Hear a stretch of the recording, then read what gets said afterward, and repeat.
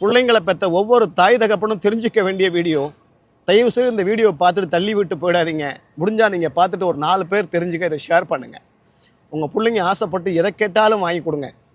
ஒரு 4 நாள் சாப்பிட்டு அதோட மறந்துடுவாங்க. ஆனால் எந்த காரணத்தை கொண்டும் இந்த செல்ஃபோனை கொடுத்து அந்த குழந்தைங்களை அடிமையாக்காதீங்க. அப்புறம் குழந்தைங்களை நீங்கள் மீட்டெடுக்கவே முடியாது. இந்த பையனை பாருங்கள், 9 வயசு பையன். இவன் நிலைமையை பார்த்தீங்களா? இதே நிலைமை உங்கள் பிள்ளைங்களுக்கும் வரணுமா? குழந்தை அழுதா செல்ஃபோனு, ஸ்கூலுக்கு போகணுன்னா செல்ஃபோனு, தூங்கன்னா செல்ஃபோனு.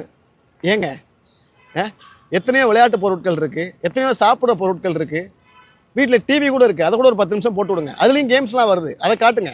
ஆனால் இதை கையில் கொடுத்தீங்கன்னா நாளடைவில் குழந்தைங்க இதுக்கு அடிமை ஆகிடுவாங்க.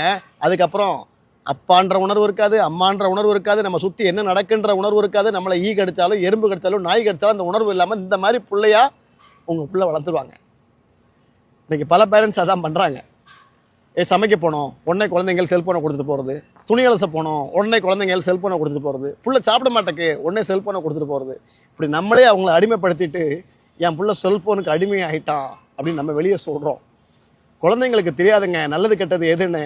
நம்ம தான் இது கெட்டது அது நல்லது அப்படின்றத கற்றுக் கொடுக்கணும். தயவு செய்து தவம் இருந்து பெற்ற பிள்ளைய இந்த மாதிரி ஸ்டேஜில் கொண்டாந்து விட்டுறாதீங்க. இப்படி ஒரு பிள்ளைய பெற்ற தாய் என்ன வழியில துடிப்பான்னு தெரியுமா உங்களுக்கு? இதே நிலைமை உங்களுக்கும் வர வேண்டாம். Download ShareChat.